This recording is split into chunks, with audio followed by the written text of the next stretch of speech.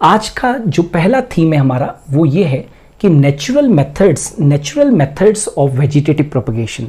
That natural methods क्या क्या हो सकते हैं, वेजिटेटिव प्रोपगेशन के नेचुरल मेथड्स क्या क्या होते हैं, उसको अपने को आज देखना है, राइट। सो सबसे पहले हम लोग बढ़ते हैं, यहाँ पर देखिएगा दैट रूट्स कैन पार्टिसिपेट, याद रखना, roots can participate in the vegetative propagation. Root हो, स्टेम हो, लीफ हो, कोई भी पार्ट पार्टिसिपेट कर सकता है। जैसे कि यहाँ पर अभी मैं पढ़ूंगा कि how roots help in vegetative propagation, किस तरीके से रूट जो है वो वेजिटेटिव प्रोपगेशन के अंदर हेल्प करेगी, वो आप देखिए। वैसे तो रूट्स के ऊपर बड नहीं होती है, याद रखना, वैसे तो रूट्स के ऊपर बड नहीं होती है। Bud is the feature of stem, bud is the feature of a stem, ठीक है। लेकिन कुछ बड्स ऐसी होती है जो इन रूट्स के ऊपर भी मिल सकती है, इनको हम लोग बोलते हैं एडवांटेशियस बड्स। सो रूट्स के ऊपर जो एडवांटेशियस बड्स होती है, right, that adventitious buds form new plants, adventitious buds form new plants, clear. तो रूट्स से वेजिटेटिव प्रोपगेशन कैसे होता है, तो रूट्स से वेजिटेटिव प्रोपगेशन एडवांटेशियस बड्स के थ्रू होता है, ठीक है।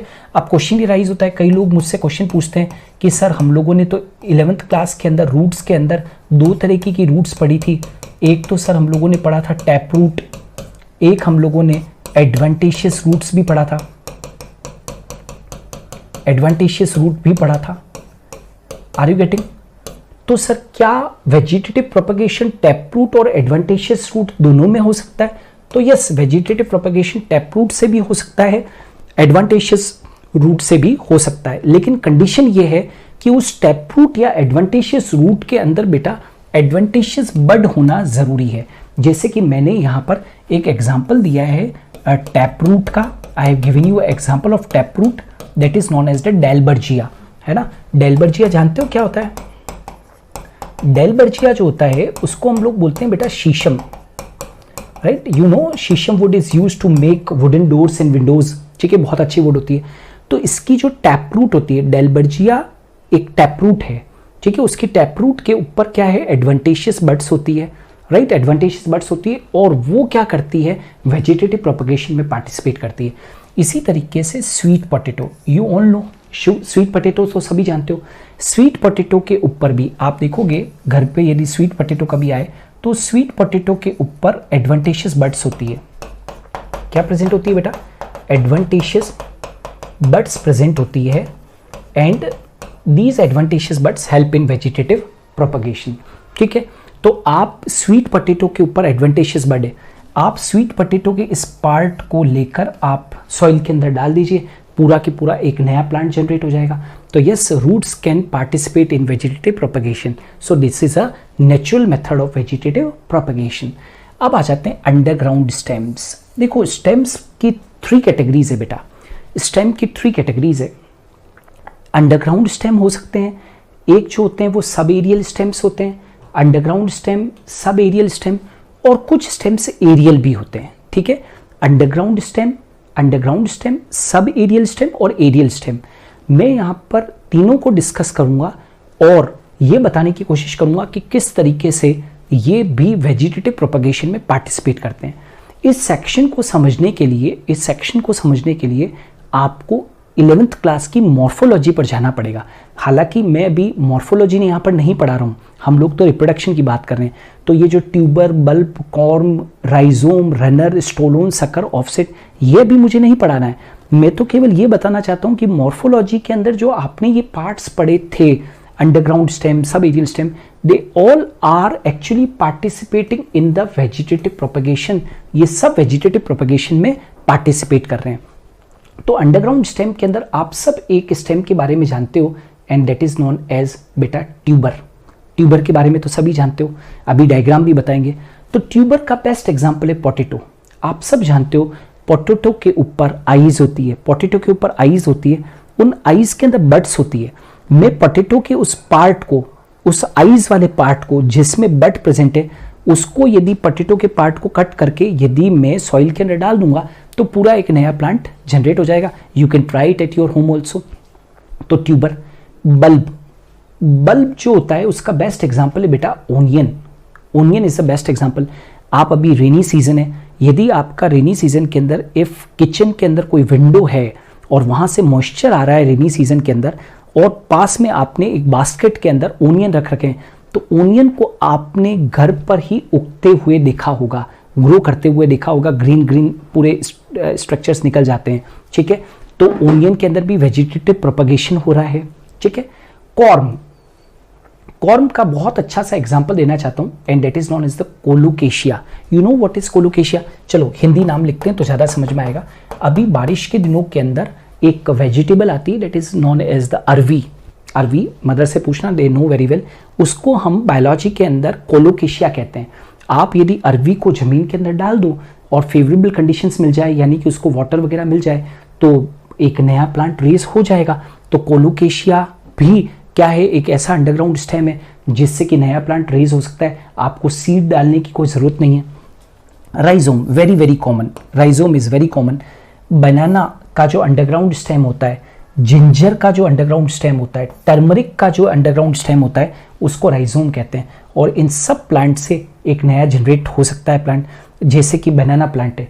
तो बनाना प्लांट का जो बाहर की तरफ जो स्टेम दिखता है बेटा, वो स्टेम नहीं है। Are you getting? वो तो स्यूडो स्टेम है। बनाना प्लांट का जो एक्चुअल स्टेम है वो तो कहां पर है? अंडरग्राउंड है। वो तो अंडरग्राउंड है, ठीक है, जिसको कि हम राइजोम कहते हैं, ठीक है। तो कभी पूछे कि बनाना प्लांट के अंदर अंडरग्राउंड स्टेम को क्या कहते हैं, तो राइजोम। तो बनाना हुआ, जिंजर हुआ, टर्मरिक हुआ, ये सब अंडरग्राउंड स्टेम के बहुत अच्छे एग्जाम्पल है। तो व्हाट आई वांट टू से बेटा, दैट ये जो अंडरग्राउंड स्टेम की जो 4 कैटेगरीज है, tuber, bulb, corm and rhizome, जिसके एग्जाम्पल दे रखे हमने, all these are actually participating in vegetative propagation। समझ में आ गया बेटा? क्लियर है? चलो, now just talking about the subaerial stem। subaerial stem का मतलब है a part of these stem is also underground। इनका कुछ थोड़ा बहुत पार्ट जो होता है वो अंडरग्राउंड होता है, and that's why they are called as subaerial, ठीक है। subaerial stems में समझता हूं सभी लोगों को आता होगा। आपने क्लास 11th के अंदर बेटा रनर्स के बारे में पढ़ा होगा। The best example of the runner is cynodon। It is also called as the lawn grass or also called as the दूब grass, है ना। रनर कैसा होता है मालूम है ना? इस तरीके से रन करता है सॉइल के ऊपर। इसके जहां पर नोड्स होते हैं वहां पर नीचे से तो एडवांटेजियस रूट्स निकल जाती है और ऊपर की तरफ लीव्स निकल जाती है, इस तरीके से, जानते हो? This is the runner, right. और रनर वेजिटेटिव प्रोपगेशन करता है नहीं करता है? मान लीजिए मेरे गार्डन के अंदर मुझे ग्रास लगानी है और आपके गार्डन के अंदर ग्रास लगी हुई है, तो मैं वहाँ से पैच निकाल के लेके आऊँगा, मैं मेरे गार्डन के अंदर लगा दूंगा और गार्डन को इरीगेट कर दूंगा, तो पूरे के पूरे कुछ ही दिनों के अंदर पूरा गार्डन जो है वो लश ग्रीन हो जाएगा। तो what I want to say that it is helpful in vegetative propagation. तो runners are helpful in vegetative propagation. अब आ जाते हैं स्टोलोन। स्टोलोन आपने 11th क्लास के अंदर एनसीईआरटी के अंदर पढ़ा होगा कि इसका बेस्ट एग्जांपल जो है वो क्या है बेटा? स्ट्रॉबेरी है। स्टोलोन के अंदर क्या होता है कि जो स्टेम का जो बेसल पार्ट होता है, स्टेम के बेसल पार्ट से एक स्ट्रक्चर निकलता है जिसको स्टोलोन कहते हैं। वो थोड़ा दूर तक जाएगा, जैसे मान लीजिए ये स्टेम है, तो इस स्टेम के बेसल पार्ट से एक पार्ट निकलेगा, यहाँ से बेसल पार्ट से, जो थोड़ा दूरी तक जाएगा, वापस सॉइल के ऊपर टच करेगा और यहाँ से एक पूरा की पूरा नया प्लांट निकल जाएगा और नीचे की तरफ क्या निकल जाएगी? रूट। तो ये जो पार्ट है बेटा, this part is called as what? The stolon. ये क्या है बेटा? स्टोलोन है। ये वाला जो पार्ट है ना, ये वाला, ये क्या है? स्टोलोन है। क्लियर? इसी तरीके से sucker, the best example of the sucker is the mint. Sucker के अंदर क्या होता है? ये अंडरग्राउंड स्टेम है बेटा। यहां से अंडरग्राउंड स्टेम से एक ओब्लिक ब्रांच निकलती है। ओब्लिक ब्रांच अंडरग्राउंड होती है, ओब्लिक ब्रांच निकलती है बाहर की तरफ और यहां से प्लांट और यहां से रूट्स निकल जाती है। तो ये जो चीज आप लोग देख रहे हो बेटा, दिस इज योर सकर। ये क्या है? सकर है। ये जो ओब्लिक ब्रांच दिख रही है ये सकर है। ये वाली जो ब्रांच दिख रही थी ये क्या चीज है? स्टोलोन है, ठीक है। तो mint is the best example. Mint तो सब जानते हो ना, पुदीना।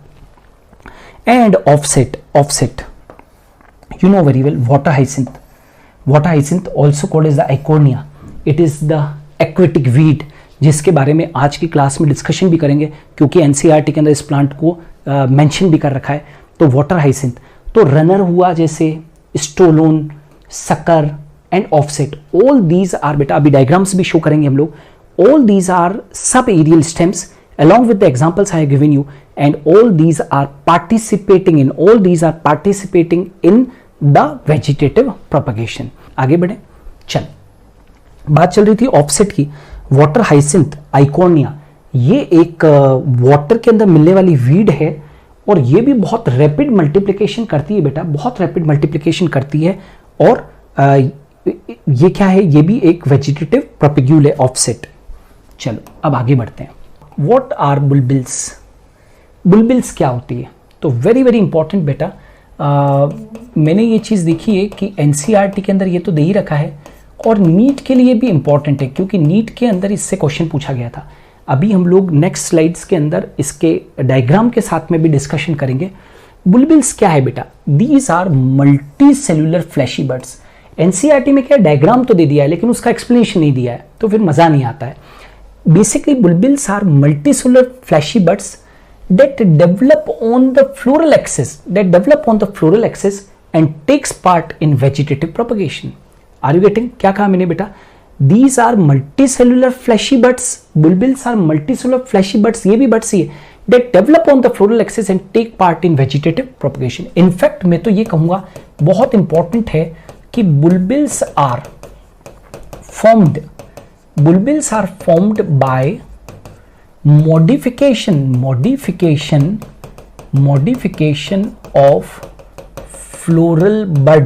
modification of floral bud. क्या कहा मैंने बेटा?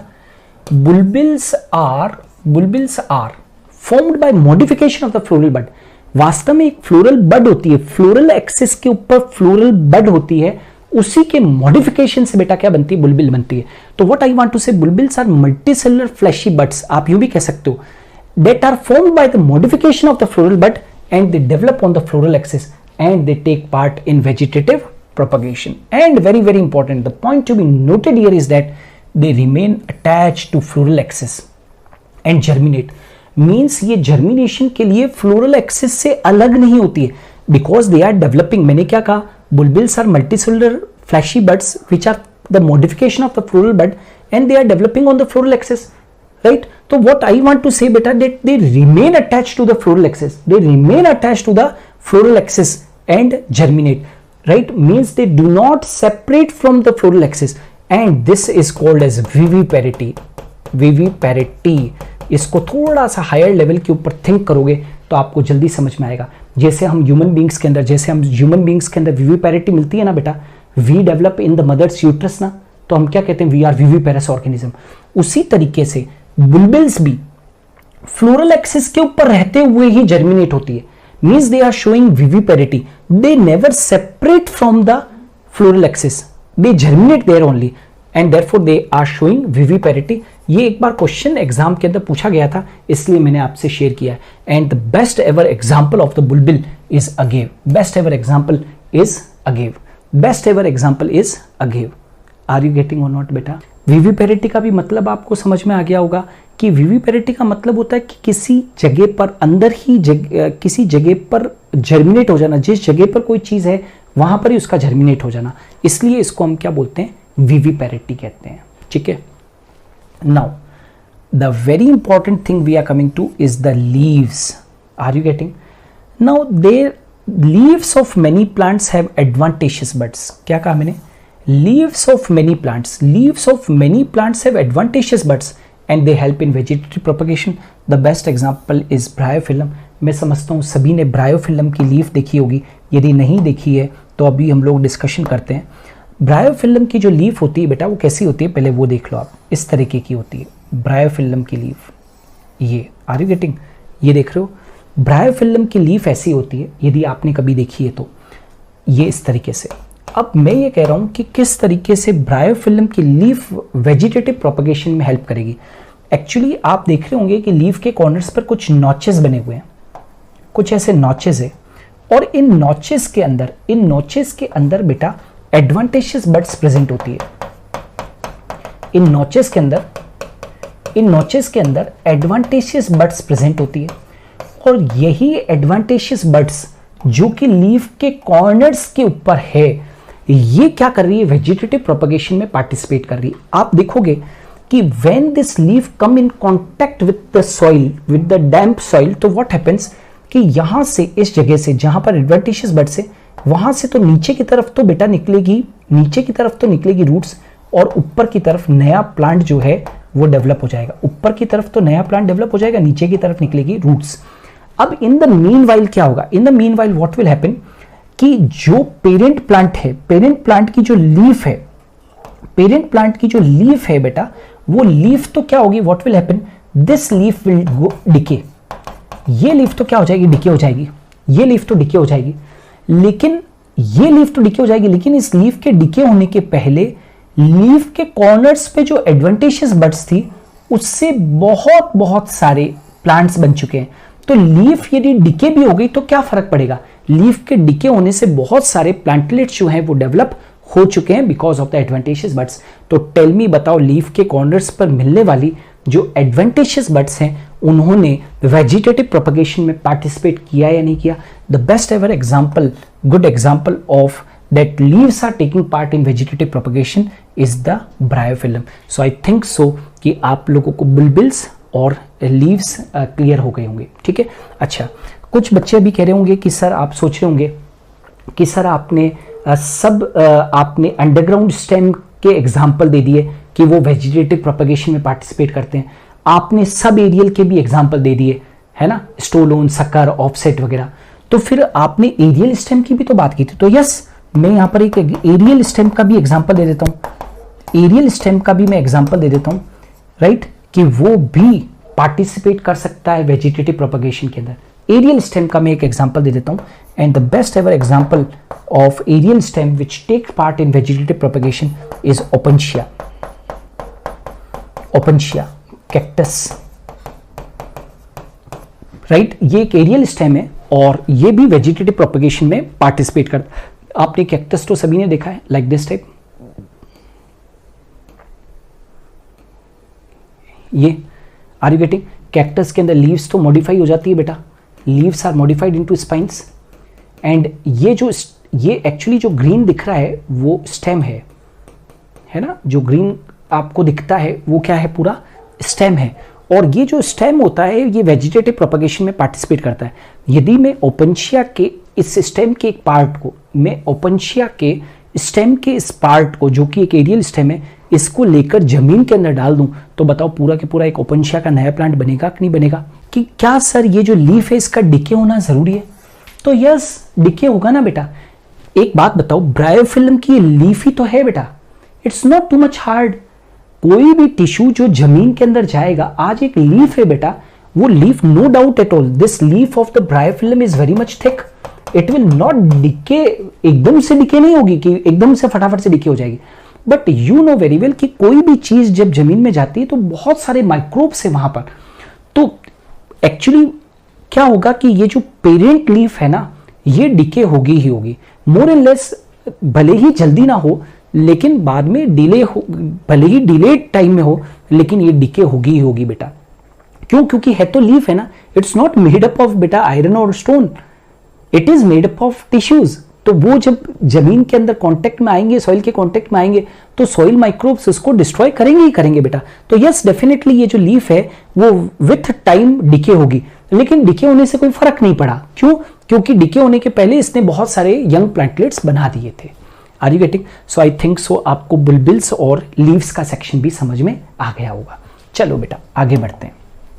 नाउ अब यहां पर कुछ डायग्राम्स है, और ये मैंने डायग्राम्स इसलिए इंक्लूड किए हैं बेटा क्योंकि ये एनसीईआरटी के अंदर दे रखे हैं। And if you see the trends from 5 to 7 years in the NEET particularly, then all the questions, majority of the questions are asked from the NCERT, and your line to line must be clear from the NCERT. एक एक line आप लोगों की clear होनी चाहिए, whether they are the diagrams or whether they are the tables or whether they are the examples। ठीक है, तो चलो विदाउट वेस्टिंग टाइम आगे बढ़ते हैं। एनसीईआरटी के डायग्राम्स दे रखे हैं।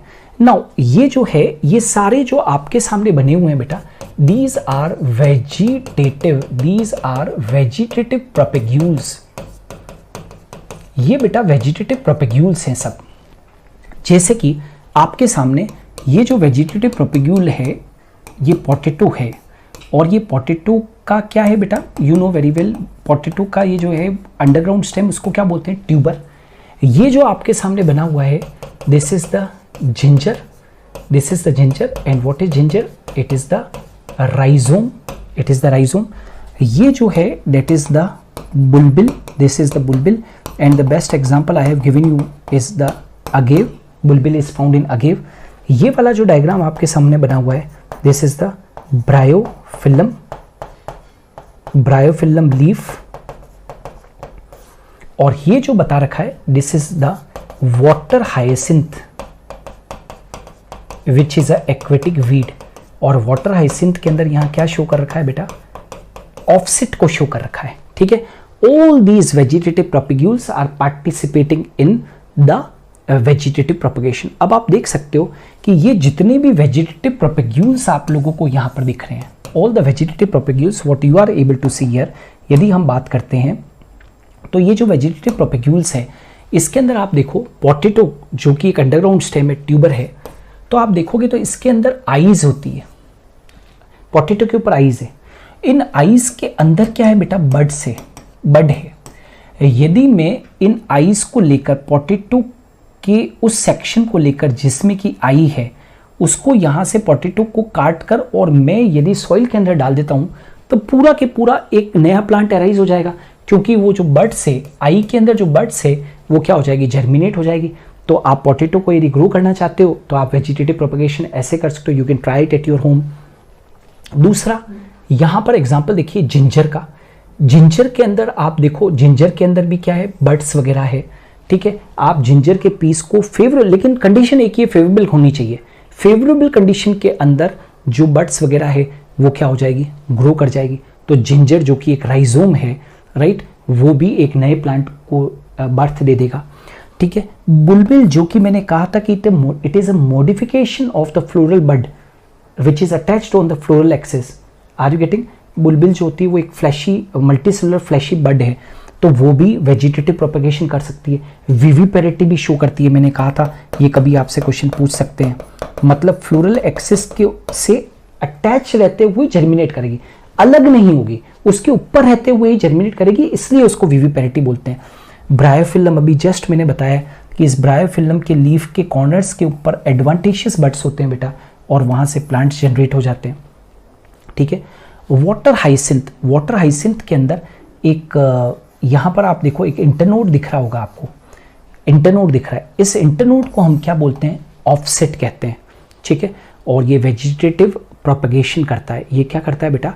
Vegetative propagation. तो ये offset of water hyacinth, offset of water hyacinth, leaf buds of bryophyllum, right, और बुलबिल ऑफ अगेव, ठीक है, eyes of potato and a rhizome of ginger, all are vegetative propagules and they participate in the vegetative propagation। तो ये एक NCERT का एक diagram दे रखा था, उसको मैंने यहाँ पर इंक्लूड किया है। आर यू गेटिंग बेटा? चलो आगे कंटिन्यू करते हैं।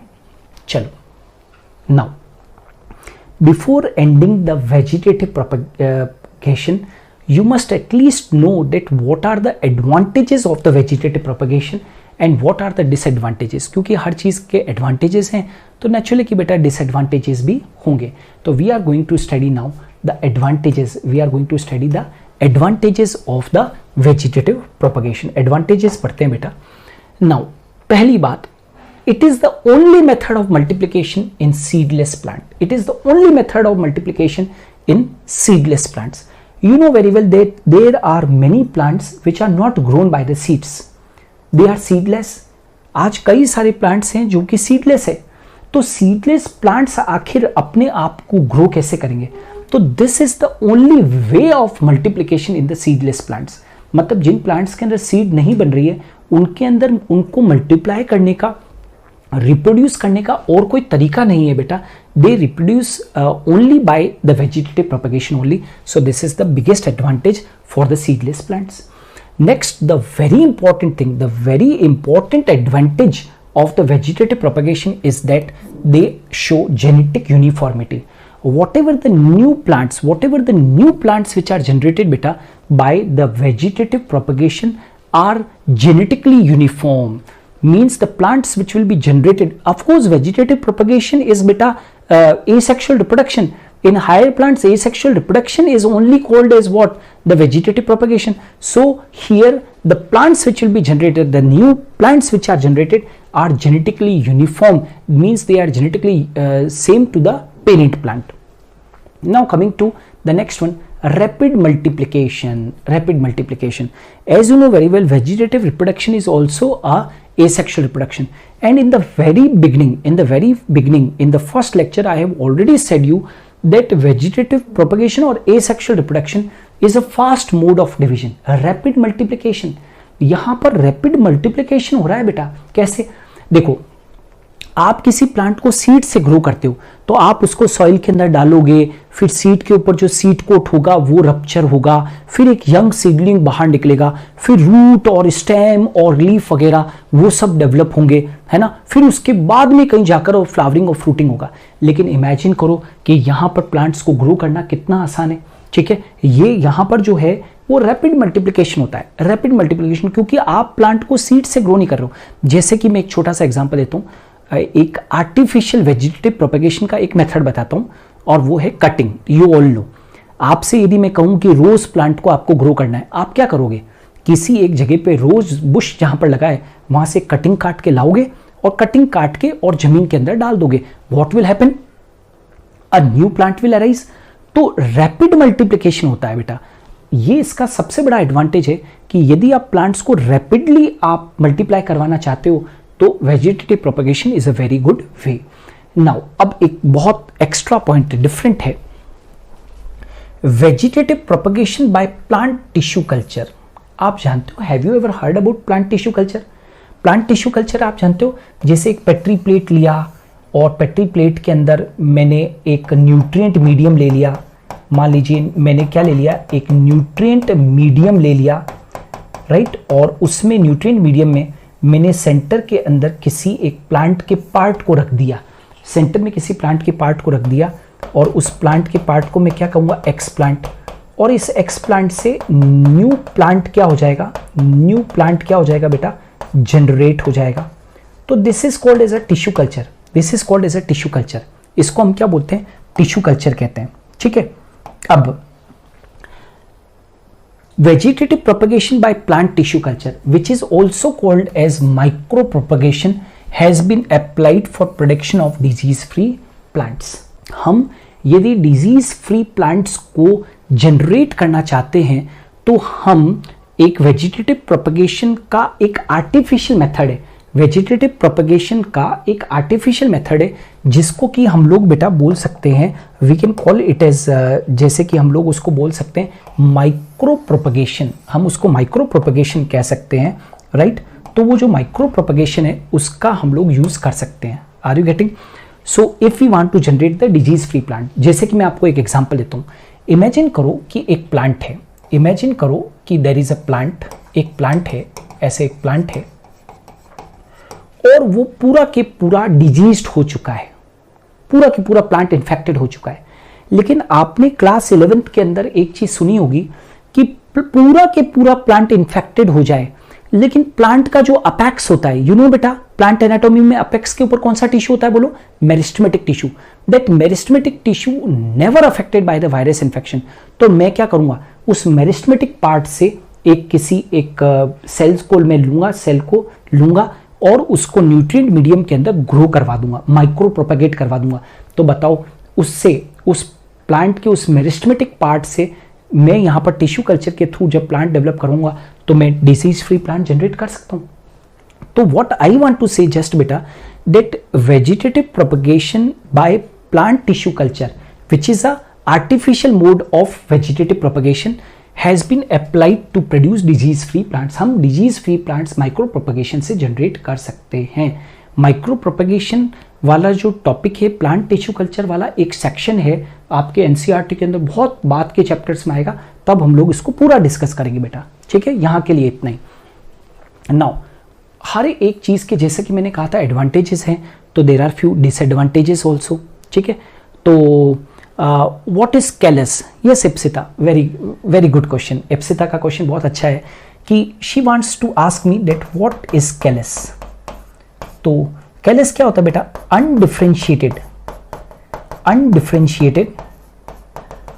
undifferentiated mass of cells. Undifferentiated mass of cells is called as callus. Undifferentiated mass of cell is called as callus. बेटा ये मान लीजिए कि एक पेट्री प्लेट के अंदर मैंने किसी एक सेल को रखा, ठीक है, मैंने न्यूट्रिएंट मीडियम के अंदर न्यूट्रिएंट में जब प्लांट टिश्यू कल्चर परफॉर्म कर रहा हूं, मैं जब इप्सिता जब प्लांट टिश्यू कल्चर परफॉर्म कर रहा हूं, तो मैंने किसी प्लांट की एक सेल को लेकर और इस न्यूट्रिएंट मीडियम के अंदर रख दिया, ठीक है। तो what will happen that in this nutrient medium with in few time what will happen, a group of cells will be formed here like this type. A group of cells will be formed, and this group of cell, this undifferentiated mass of cell formed in the tissue culture, this undifferentiated mass of cell, undifferentiated cells are the cells which are having the power of division. So this undifferentiated mass of cell is called as callus. Ipshita, your question is clear. Undifferentiated mass of cells is called as callus. So yes, of course, callus word is used in the tissue culture experiments. Clear? Now disadvantages क्या है बेटा? No variations are produced. This is the biggest disadvantage. आप सब जानते हो कि sexual reproduction से variations produce होते हैं, and variations are playing a key role in evolution, that you know very well. But because vegetative propagation is asexual reproduction, and in asexual reproduction variations are not produced, and if variations are not produced, then there will be no evolution. There is no evolution. So if I talk on the behalf of the evolutionary point of view, then on the behalf of the evolutionary point of view, asexual reproduction, or I can say vegetative reproduction in higher plants is not good at all, because new plants will not be generated, new characters will not be generated. Now, no dispersal of propagules. Now, the biggest disadvantage is that here the propagules cannot move from one place to another. They are not dispersed, so they will remain at that particular place only, and therefore they will cause overcrowding.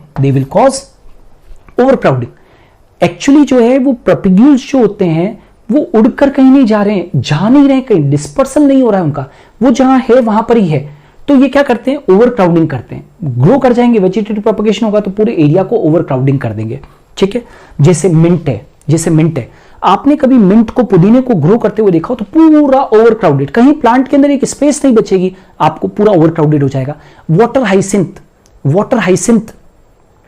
Hyacinth जो है उसको हम क्या बोलते हैं? That is Eichhornia water body के अंदर grow करता है, वाटर बॉडी की एक जगह को नहीं छोड़ेगा जहां पर कि वो फैल ना जाए.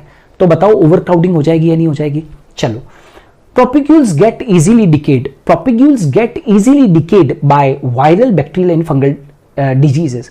नाउ प्रोपेग्यूल्स कहां होते हैं? प्रोपेग्यूल्स को आप, पोटैटो को आप जमीन में डालोगे, जिंजर को आप जमीन में डालोगे, टर्मरिक को आप डालोगे, राइट, या आप अभी ब्रायर फिल्म की लीफ जमीन में गिरी थी, डिके होना जरूरी है. क्यों? क्योंकि वहां पर बहुत सारे माइक्रोब्स हैं, वायरस, बैक्टीरिया, फंगल डिजीजेस से वो प्रोपेग्यूल्स जो हैं वो क्या हो जाते हैं? डिके हो जाते हैं. ये एक डिसएडवांटेज है. So these were the advantages and disadvantages of the vegetative propagation. Coming to the next one.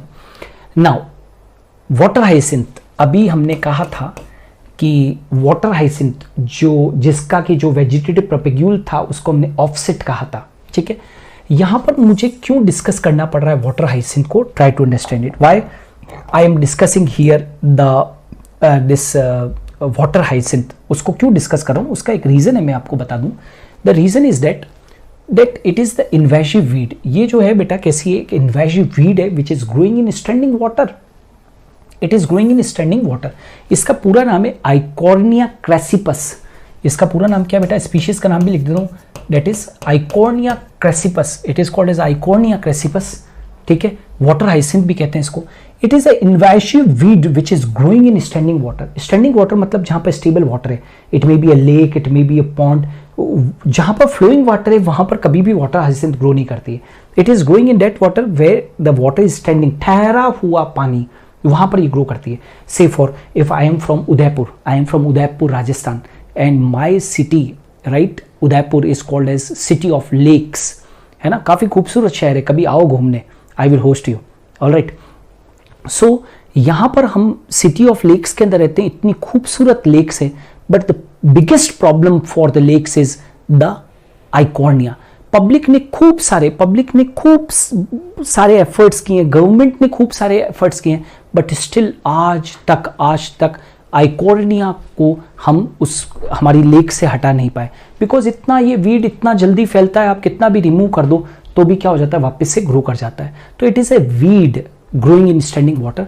And तमन्नाश, right, it is called as terror of Bengal, it is called as terror of Bengal, right, क्योंकि एक वक्त ऐसा था कि बंगाल के अंदर पूरे हर वाटर बॉडी के अंदर ये क्या हो चुका था, फैल चुका था। तो it is called as terror of Bengal. And it is not an Indian species, it is an exotic species basically, which were actually brought in India by the foreigners, and they have brought in India because of its beautiful flowers and shape of leaves. आपने किसी water body के अंदर इसको grow करते हुए देखा हो तो इसके काफ़ी अच्छे फ्लावर्स होते हैं और बहुत प्यारी सी इसकी लीव्स होती है। तो फॉरेनर्स जो है इंडिया के अंदर जब रूल करते थे, ईस्ट इंडिया कंपनीज वाले, तो वो इसको इंडिया के अंदर लाके आ गए और उन्होंने उसको वाटर बॉडी के अंदर डाल दिया। वो क्या सोचते थे कि उनको ये नहीं मालूम था कि इतना ज़्यादा फैल जाएगा, लेकिन अब इंडिया के अंदर इतनी ब्यूटीफुल लेक्स है, वहाँ पर ये पूरी तरीके से फैल चुकी है, ठीक है। सो propagates vegetatively very fast, it propagates very fast and spread all over the water body in a short period of the time। इतनी फास्ट होता है जैसे हमारे सिटी ऑफ लेक्स के अंदर कभी कभी जब ऐसे प्रोग्राम्स चलते हैं टू इरेडिकेट दिस वीड, तो 5,000 स्टूडेंट्स को वहाँ पर लेके जाते हैं और बहुत सारे जो NGOs है वो जाते हैं, पूरे लेक को साफ कर देते हैं। अब आप 4 डेज के बाद में वापस जाओ तो लेक्स की वही कंडीशन होगी जो पहले थी। Are you getting? तो it propagates so much fast and it spreads all over the water body in a short period of time. अब इसकी सबसे बड़ी प्रॉब्लम क्या है बेटा? ठीक है चलो फैल रही है वाटर बॉडी के अंदर, इट्स ओके, लेकिन it drains oxygen from water. ये वाटर से सारे के सारे ऑक्सीजन को कौन ड्रेन कर लेती है? ये वाटर हाइसिंथ ड्रेन कर लेती है। और दूसरा कि वाटर बॉडी के ऊपर, ये वाटर बॉडी है तो इतनी क्राउडेडली ये पूरी फैल जाती है कि जो लाइट आ रही है वो लाइट पेनिट्रेट होकर और वाटर बॉडी के अंदर नहीं जा पाती है। और इतना ही नहीं, ये ऑक्सीजन को सारा का सारा खींच लेती है, सारे के सारे ऑक्सीजन को ये ले लेती है, मतलब it drains oxygen from the water. And of course जब ये सारे ऑक्सीजन को ये ले लेगी तो कई सारे जो एक्वेटिक ऑर्गेनिजम्स है जैसे कि fishes, not only fishes and other aquatic organism will die, क्योंकि ऑक्सीजन जो डिजॉल्व होगा वाटर के अंदर वो क्या हो जाएगा? कम हो जाएगा। Are you getting? तो ये चीज याद रखना। अच्छा चलो, now important points. Site of origin of new plantlets in sugarcane, ginger, banana and potato. Site of origin of new plantlets. What are plantlets beta? Small plants. Plantlets are small plants. So site of origin of new plantlets in sugarcane, ginger, banana, potato are the nodes present in the modified stems of these plants. Clear? And when these nodes come in contact with the damp soil or water, then they produce roots and new plants. Are you getting beta? तो I think so ये वाला section clear हो गया होगा, ठीक है? Right अभी आज की क्लास में बेटा यहां तक अभी मैं पढ़ाऊंगा। देखो एसेक्सुअल रिप्रोडक्शन कंप्लीट हो चुका है, यहां पर asexual reproduction is completed and now we are starting the second important section of this chapter and it is sexual reproduction which will lay the foundation for the next 2 chapters, chapter number 2 and chapter number 3। Now you know very well कि sexual reproduction involves formation of male and female gamete. This is the major feature of the sexual reproduction, that here formation of male and female gamete occur, and this formation of the male and the female gamete can be either by the same individual or by different individual of opposite sexes. ये क्या मतलब है either by same individual? कई सारे organism bisexual होते हैं कि नहीं होते हैं बेटा? कई सारे ऑर्गेनिज्म बाइसेक्सुअल होते हैं। बाइसेक्सुअल का मतलब होता है हर्मेफ्रोडाइट होते हैं, राइट, हर्मेफ्रोडाइट होते हैं। तो कई सारे इंडिविजुअल के अंदर टेस्टिस और ओवरीज बेटा एक ही ऑर्गेनिज्म के अंदर होती है, एक ही ऑर्गेनिज्म में होती है, तो नेचुरल है कि male and the female gametes will be produced by the single individual, but it may be male and female gametes may be formed by different individuals of opposite sexes. Say for हम यदि human beings की बात करते हैं तो we are having separate sexes, male is different, female is different. Male will produce the male gamete sperm, female will produce the female gamete known as the ovum. Yes or no beta? So it involves formation of male and female gametes. दूसरा, these gametes will fuse to form a zygote. Always remember one thing, that gametes are haploid, ये याद रखना बेटा, gametes are haploid, ये बात भूलनी नहीं है, gametes are haploid. So gametes are haploid, तो ये गैमेट्स है, मान लीजिए ये मेल गैमेट, ये फीमेल गैमेट, फ्यूज करेंगे तो क्या बनेगा 2n।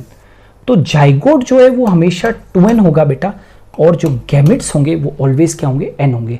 And zygote will develop to form a new organism, zygote से क्या बन जाएगा, एक नया ऑर्गेनिज्म बन जाएगा। That's why zygote is a connecting link between the two generations, we always से।